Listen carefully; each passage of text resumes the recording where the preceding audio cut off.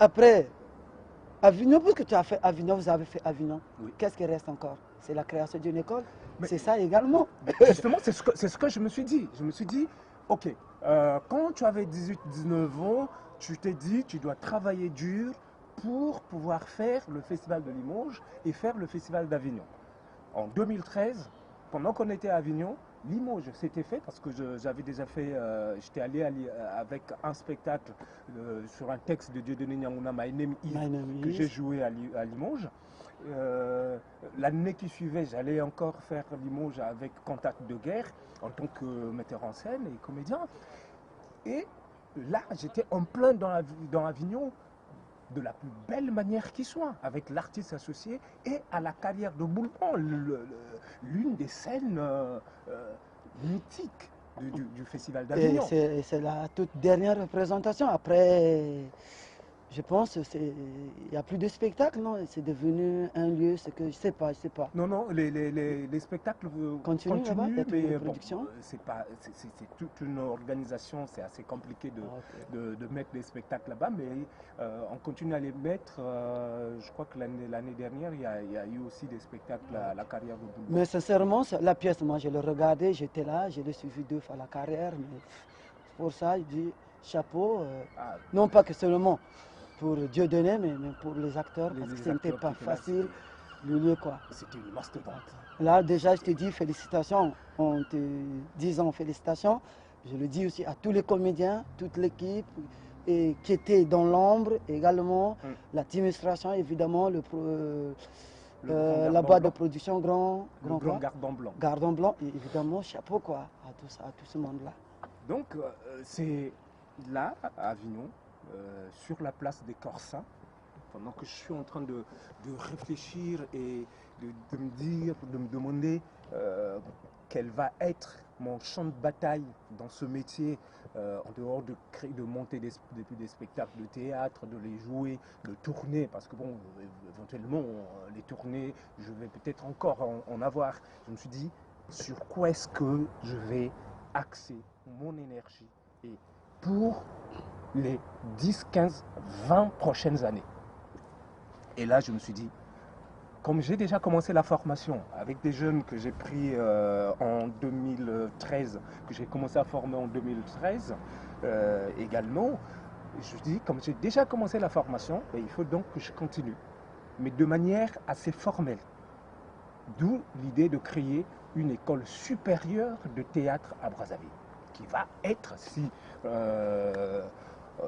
j'arrive à mettre ça en place, qui va être la première école de théâtre de la sous-région Afrique centrale. Quand je parle de la sous-région Afrique centrale, je parle de la communauté économique et monétaire d'Afrique centrale, de la CEMAC. Dans toute la zone CEMAC, donc les 6 pays de la zone CEMAC, il n'y a pas une seule école de théâtre. Donc, on a le Gabon, le Cameroun, la Centrafrique, le Tchad, la Guinée équatoriale et le Congo-Brazzaville. Il n'y a aucune école de théâtre. Donc je me suis fixé comme objectif pour le temps, les 10, 15, 20 prochaines années, Est-ce de que, créer cette école de théâtre. est-ce que mon cher Harvey pourrait un peu me parler de ta formation? Parce que qu'est-ce qui se passait? Parce que là déjà tu es à la fin de ta formation, je pense. Qu'est-ce que tu as trouvé de positif? Qu'est-ce que tu as appris par rapport à tes ambitions?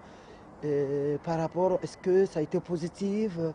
Est-ce que ça a ajouté quelque chose par rapport à ce que tu as déjà commencé? Un peu tout Oui, ça? effectivement. En fait, je suis venu. Nous, on s'est formé sur le tas. Hein, vraiment dans l'action du théâtre. C'est comme ça qu'on s'est formé. En allant vers des aînés, vers des grands frères qui maîtrisaient déjà et qui nous ont montré les pas et les techniques. Mais comme je veux faire une école supérieure, donc une école diplômante, une école où on sort avec une licence, il fallait que je voie comment on structure une école de ce type-là. Et la meilleure façon de le faire, c'est d'aller dans des écoles qui sont déjà structurées. L'ENSAT, c'est plus de 14 ans d'existence. Mm. Chapeau. L'ENSAT a plus de 74 ans d'existence. Donc, ils ont une certaine expérience. Et quand j'ai exposé mon projet auprès de Thierry Pariante, qui est le directeur de l'ENSAT, tout de suite, il a décidé de m'accompagner dans la structuration, dans la conception de ce projet, de cette école. Donc, j'ai ce soutien. Et dernièrement, pendant Manchina, il y a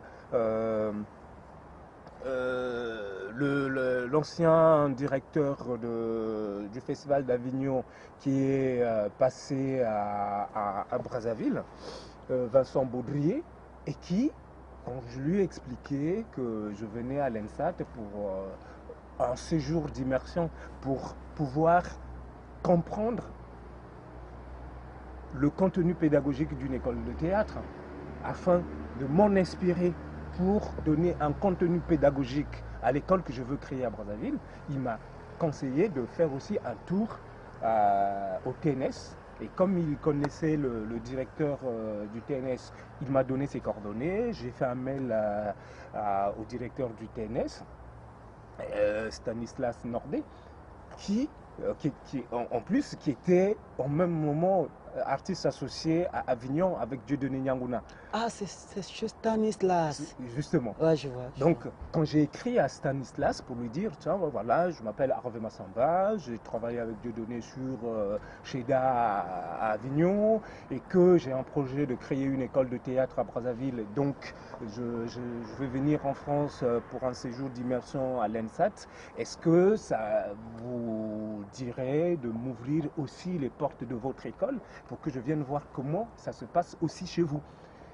Et là, tout de suite, Stanislas a transféré mon mail à la directrice des études, Dominique Lecoyer, donc la directrice des études du TNS, de l'école de TNS, qui m'a contacté tout de suite et qui m'a dit « Ok, pas de souci, vous pouvez venir.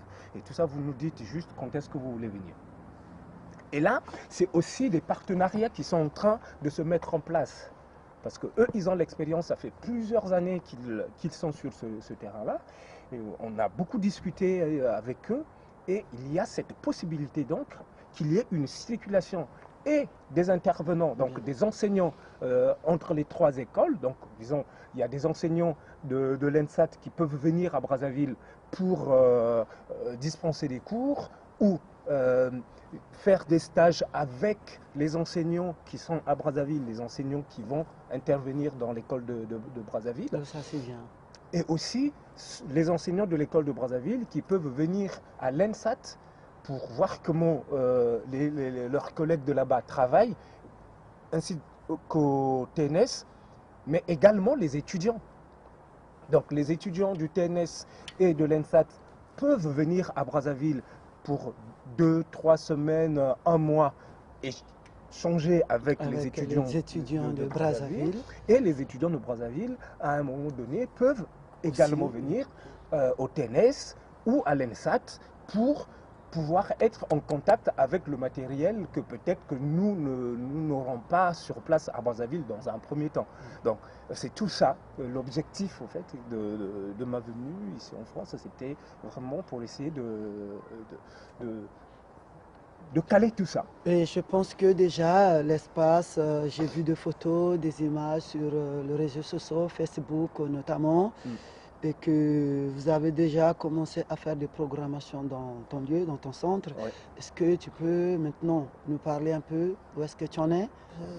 Alors, en termes d'espace que nous avons mis en place à Ngangalingolo l'été dernier, il y a quelques années, en 2014, j'ai pu, la compagnie a pu avoir un peu d'argent par rapport au projet que nous avons eu cette année-là. On a pu mettre de côté un peu d'argent qui nous a permis d'amorcer l'achat d'un terrain de 750 mètres carrés à Ngangalingolo. Et c'est sur ce terrain-là que nous avons commencé à travailler, qu'on a commencé à mettre en place un espace.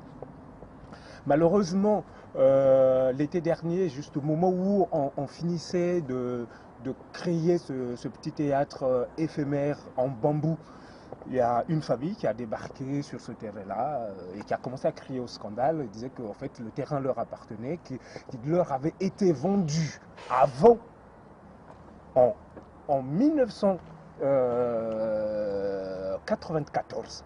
Donc 20 ans avant que nous on l'achète, eux leur père avait acheté ce terrain. Donc j'ai appelé le propriétaire foncier, celui qui m'avait vendu là, et je lui ai dit mais moi je comprends pas.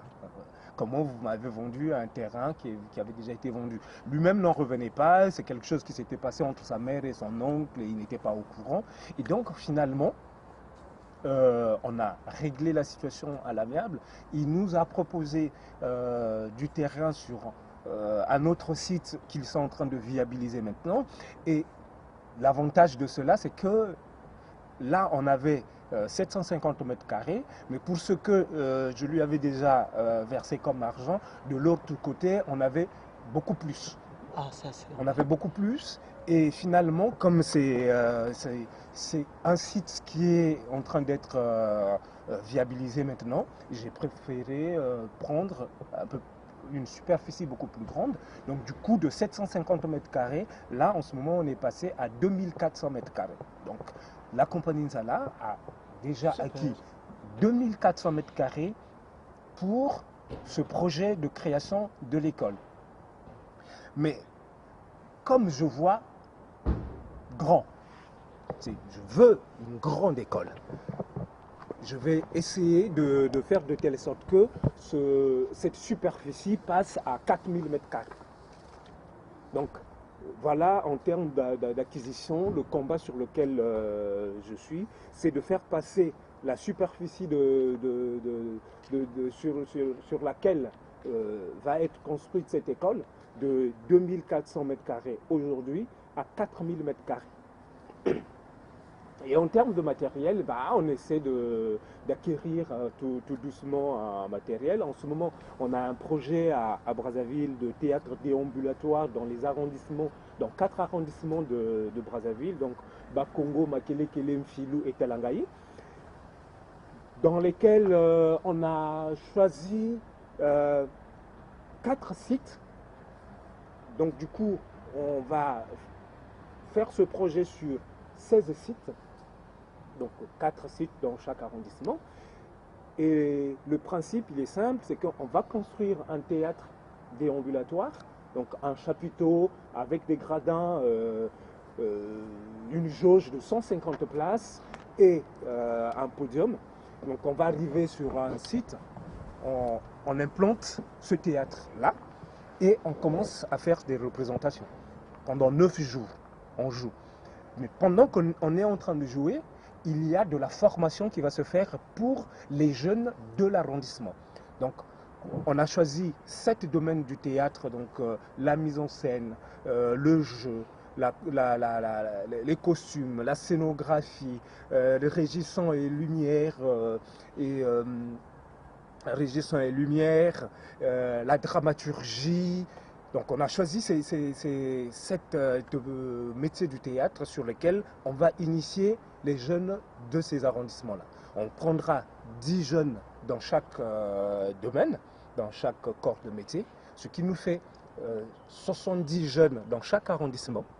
Et comme on va passer dans 4 arrondissements, et ça nous fera donc au terme des 8 mois de ce projet-là, on va avoir 280 jeunes qui vont être initiés au métier du théâtre. Et c'est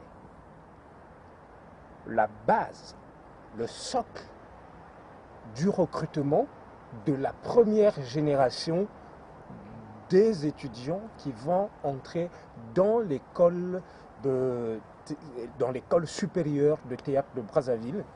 Je vais te faire une confidence parce que j'ai finalement décidé, en plus du sigle, de comment est-ce que je vais appeler, de quel auteur congolais je vais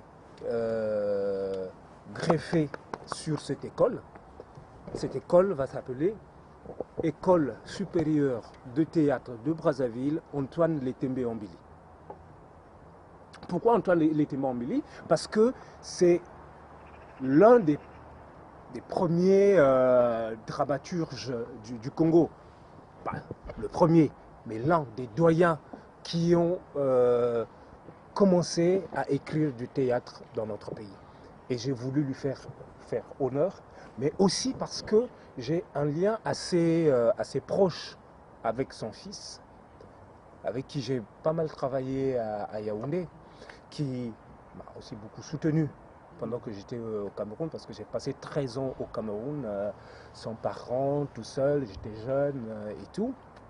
Donc, par cette reconnaissance, et aussi pour le travail que Antoine Letembambili a fait en tant que ministre de la Culture déjà, pendant longtemps, mais aussi par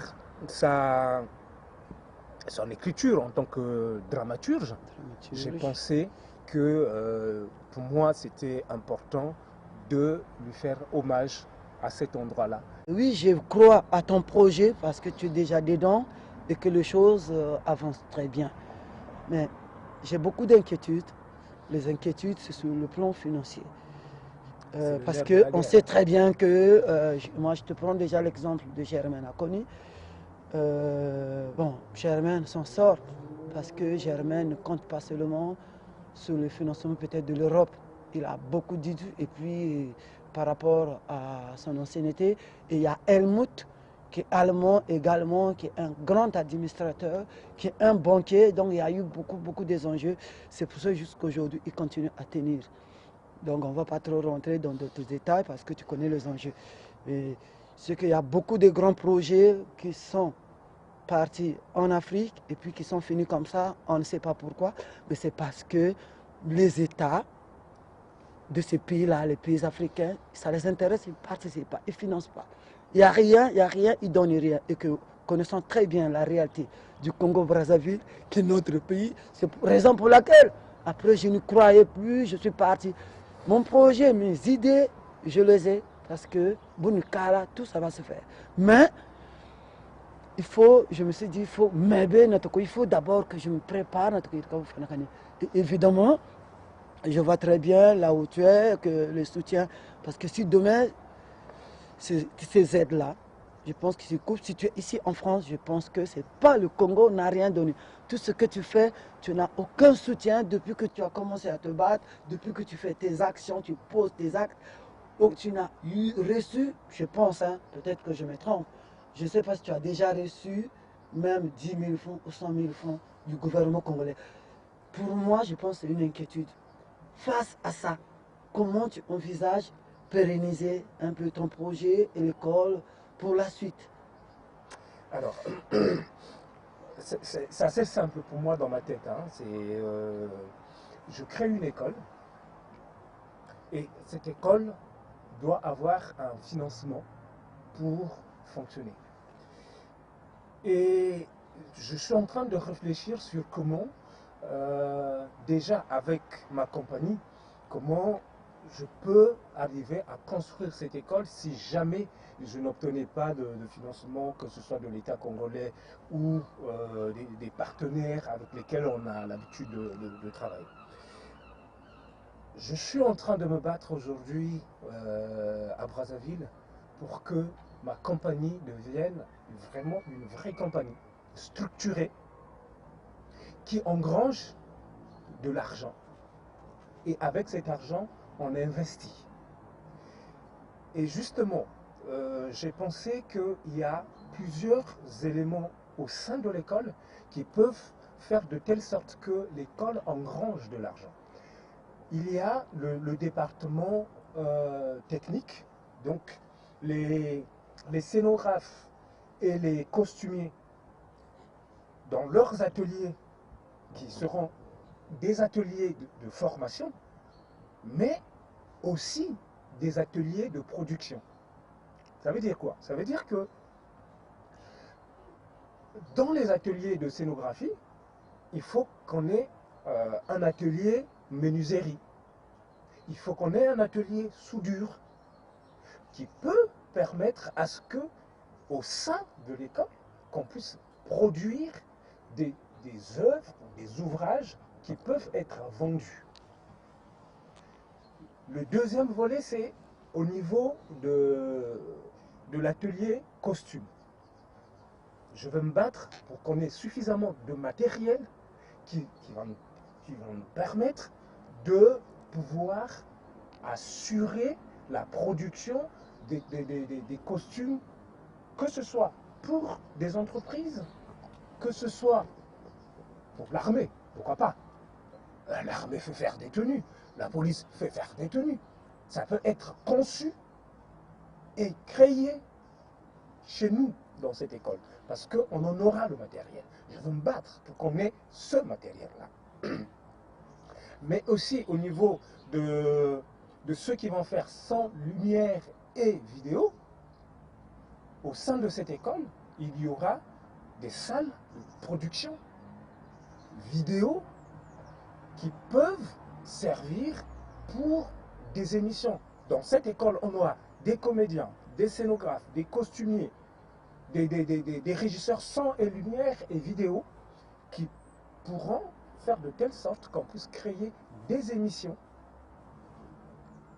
tourner des émissions et avoir une chaîne de télévision et de radio culturelle. Et pourquoi pas mon frère, alors que tu as ces idées-là, alors que moi, qui est ton pote, je me suis déjà engagé dans cette énergie avec Beau TV, Beau Production. Donc, et tu m'en parles pas. Mais attends. Depuis que je suis arrivé, vraiment on est des potes? On n'a pas encore véritablement parlé du projet. Et je t'ai donné le dossier. En lisant le dossier, tu vas voir que j'en parle dans le dossier et je dis, au sein de cette école, nous aurons une chaîne de télé culturelle.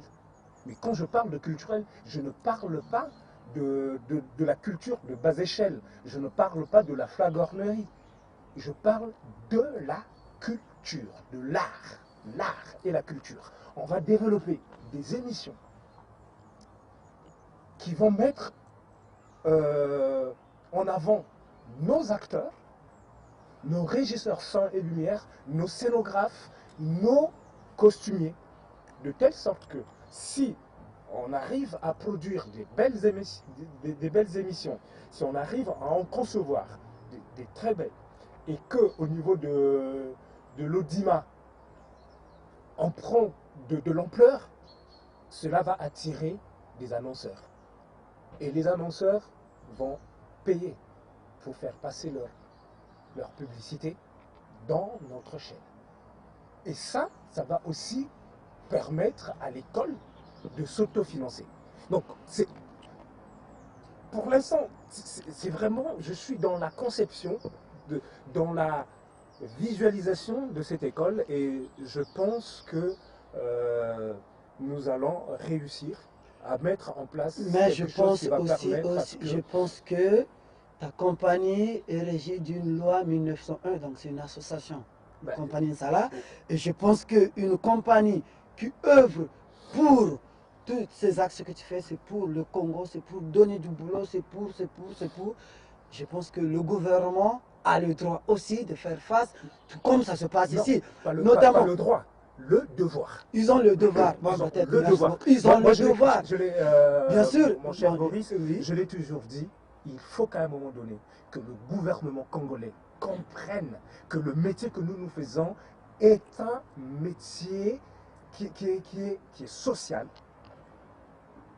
et que c'est le devoir régalien de l'État d'apporter à sa population des loisirs sains et éducatifs.